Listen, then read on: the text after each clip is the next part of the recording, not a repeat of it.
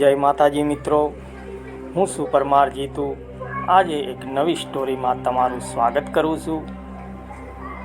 ગુજરાતના એક નાના ગામમાં વિઠ્ઠલભાઈ નામના ગરીબ માણસ રહેતા હતા। ગામના લોકો તેમને ખૂબ જ ઈમાનદાર માણસ તરીકે ઓળખતા।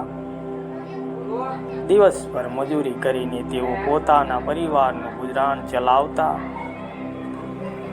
ઘરમાં પત્ની શાંતા અને એક જ દીકરો વિવેક।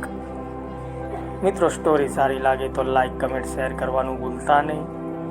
બેલ આઇકનનું બટન દબાવજો જેથી કરીને વિડીયો તમારા સુધી પહેલાં પહોંચે।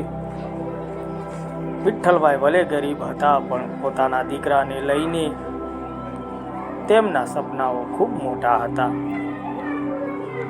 તેઓ હંમેશા કહેતા, દીકરા પૈસા ગરીબ હોય તો ચાલે પણ વિચાર ક્યારેય ગરીબ ન હોવો જોઈએ।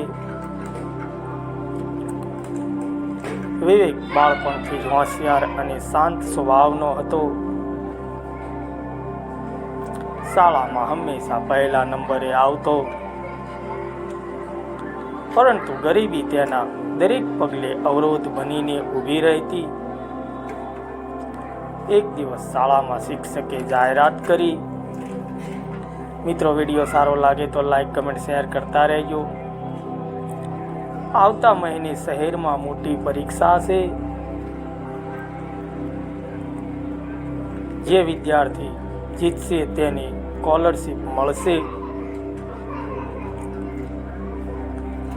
આ વાત સાંભળીને વિવેકના દિલમાં આશા જાગી। તે ઘરે ગયો અને પોતાના પિતાને કહ્યું, બાપુ, હું આ પરીક્ષા આપવી છે। વિઠ્ઠલભાઈએ ખુશ થઈને કહ્યું, હા દીકરા, જરૂર આપજે।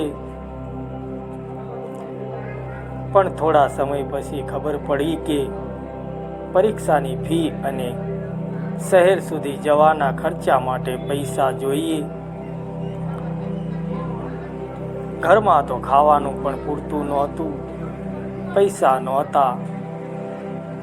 તે રાત્રે વિઠ્ઠલભાઈ આખી રાત જાગતા રહ્યા।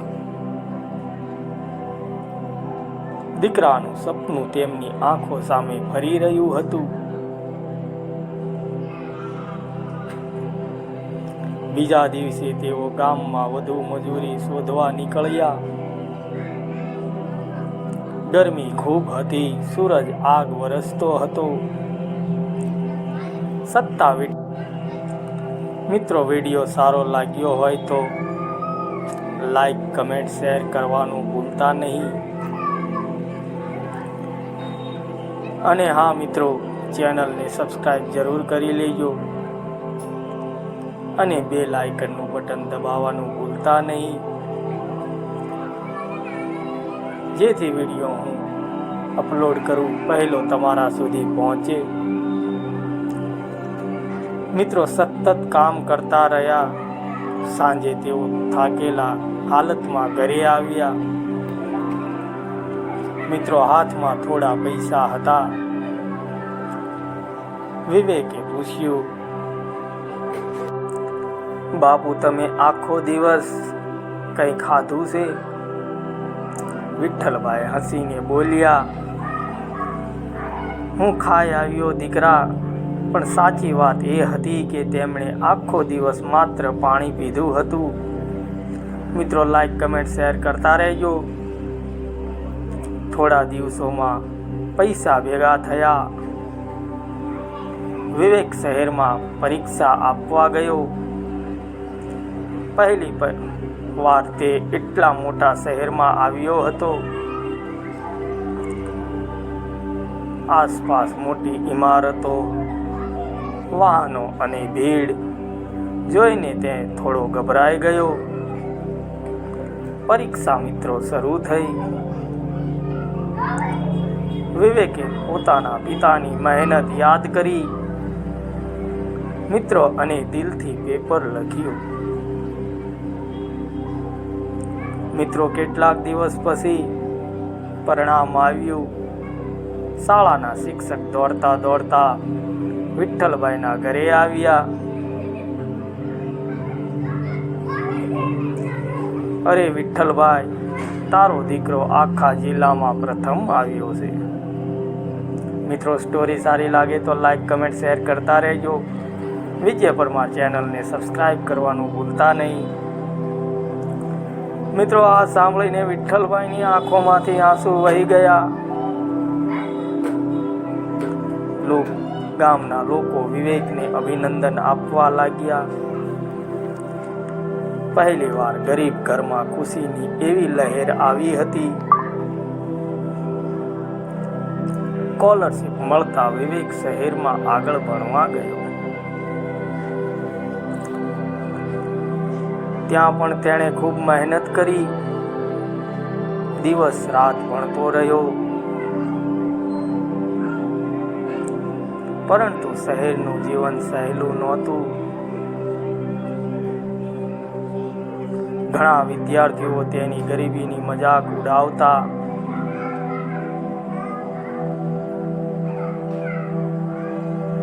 અરે ગામડાનો છોકરો અંગ્રેજી શું બોલશે?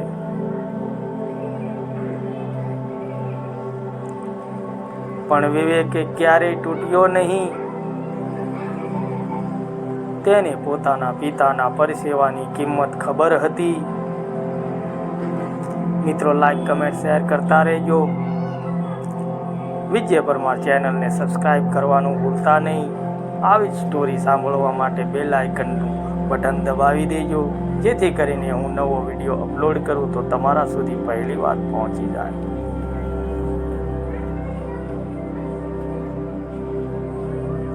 વર્ષો પસાર થયા. એક દિવસ ગામમાં મોટી ગાડી આવી અને ઊભી રહી. મિત્રો, આખું ગામ આશ્ચર્યમાં પડી ગયું. મિત્રો, ગાડીમાંથી સૂટ પહેરેલો યુવાન બહાર આવ્યો. એ બીજો કોઈ નહીં, વિવેક હતો. હવે તે એક મોટો અધિકારી બની ગયો હતો. મિત્રો, વિઠ્ઠલભાઈ હજુ પણ જૂના કપડામાં ઘર બહાર બેઠા હતા.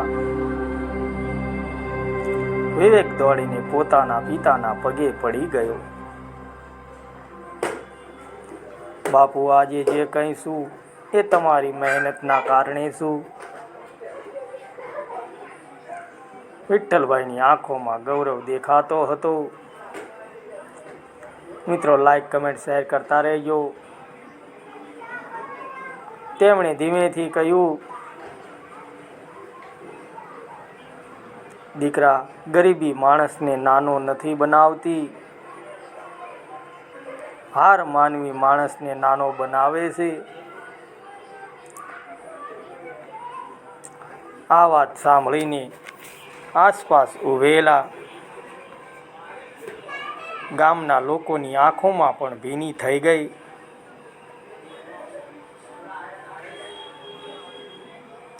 થોડા દિવસ પછી વિવેકે ગામમાં નવી શાળા બનાવડાવી.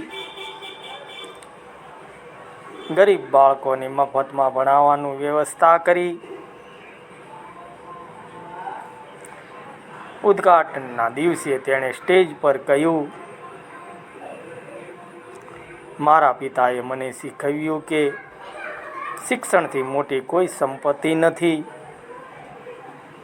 જો ગરીબનો દીકરો મહેનત કરે તો દુનિયાની કોઈ શક્તિ તેને આગળ વધતા રોકી શકે નહીં.